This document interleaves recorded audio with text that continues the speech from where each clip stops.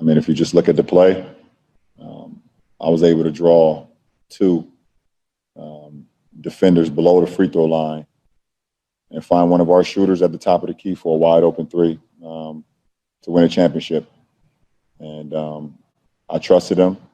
We trusted him. And it just didn't go. You live with that. You live with that.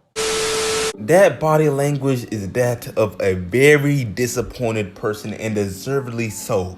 Look, a career 40% three-point shooter whose primary role has always been to be a sniper has shot 33% from three in the playoffs this year, and to make it worse, this guy has shot a hideous 24.7% from three in the finals this year. And because he missed a wide open top of the key shot as an 11-year NBA vet getting paid $14 million a year, the Miami Heat have been given some life, LeBron is getting some blame for making the correct basketball play, and the Lakers lost their first game using the Mamba jerseys in these playoffs, man. Pain. And I'm not even a Lakers fan, I root for the C's, and even I wanted them to win last night. But here we are waiting for a Game 6 tonight. Anyway, this video isn't finna just be Danny Green slander. I'm also gonna be debating the different narratives popping up as a result of his miss. But before I go further, man, what's good YouTube? Plug Speaks back with a new video. If you're new, subscribe. And if you think you would've hit that shot, sub up. I'm posting quality hoops content 2 to 3 times a week, and we're trying to hit this 1K. Back to the vid though. So we all, or at least most of us, recognize how poorly Danny Green has been playing, right? I mean, even if you don't watch games, just scroll through NBA Twitter and social media in general for a day, and you'll have a decent idea at who's balling out and who's not. However, to really understand how bad Danny Green has been playing this postseason, you gotta put everything into perspective, starting from the beginning of his time with the Lakers. They signed him during the 2019 free agency in the midst of all the fuss over where Kawhi would go, as Kawhi was taking so long to make his decision. And after Kawhi shocked everyone with his move to team up PG, the signing of Danny Green was basically the biggest free agent they acquired, as although they did sign DeMarcus Cousins, his constant injuries made that signing a flop nearly immediately. Honestly, I probably forgot about it. Anyway, signing Danny Green looked like a solid W, being that he did shoot 45% from three in the regular season last year for the Raptors. Except it really shouldn't even have been looked at as a W, because last year in the Raptors' NBA Finals win versus the very hobbled Warriors, he shot just 26.2% from three in the NBA Finals and 32.8% from deep in those playoffs overall. You cannot make this up, man, and y'all can't even blame this on the bubble. If anything, you would think the open gym / AAU type atmosphere with no hostile crowd would help players out, but really it affects everyone different. But even still, Danny Green cannot be excused because he's been doing this. Matter of fact, what if I told y'all that although his career playoff three-point average is a solid 39%, he hasn't actually shot any higher than that in the playoffs since 2016. Like, man, what's going on right now has on the low, like really low, been going gone. He just wasn't on the #1 seed in the West that's been favored to win the title.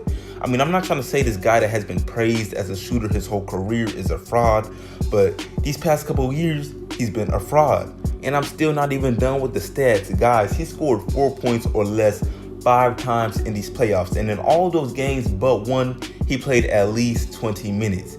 Come on now, and it's not like when he isn't scoring, he's doing something else productive. No.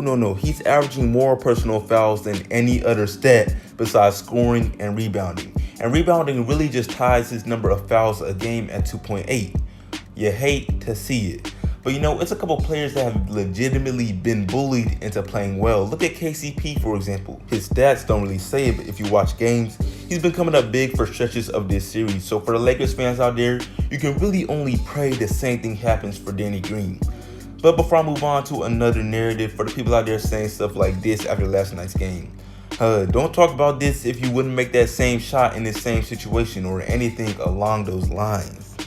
Just think upon that logic and realize how down bad you gotta be defending this guy Danny Green to actually compare him, an NBA pro multiple time champion, to an average fan. Like, make it make sense. Moving on though, cause yes, Danny Green missing threes is something you can talk about all day, but you'll be running around in circles doing it. So we get it. He's been playing like trash. So now this narrative that the blame is on LeBron, that he should have taken the last shot, is very partially correct, but to the people that are saying this just because they simply do not like LeBron, you cannot have it both ways. He was going out, dropped 40 on 15 for 21 shooting with 5 points in the final 2 minutes. And as we all saw, the Heat had the primary objective of making sure anyone but LeBron takes that last shot. He drew in nearly every single defender on that last play. I repeat, nearly every single defender. Yet y'all want him to take that when there is a wide open teammate whose entire career notoriety is based upon sharpshooting? Are you serious? Because I know for a fact if LeBron shoots this while quadruple teamed and misses, the narrative is then, oh, everyone says he's such a great passer, but he refused to make a pass to a wide open teammate in the biggest moment. Look, you cannot have it both ways. And for those that say, well then make the shot if he takes that and hits it, no one says a word.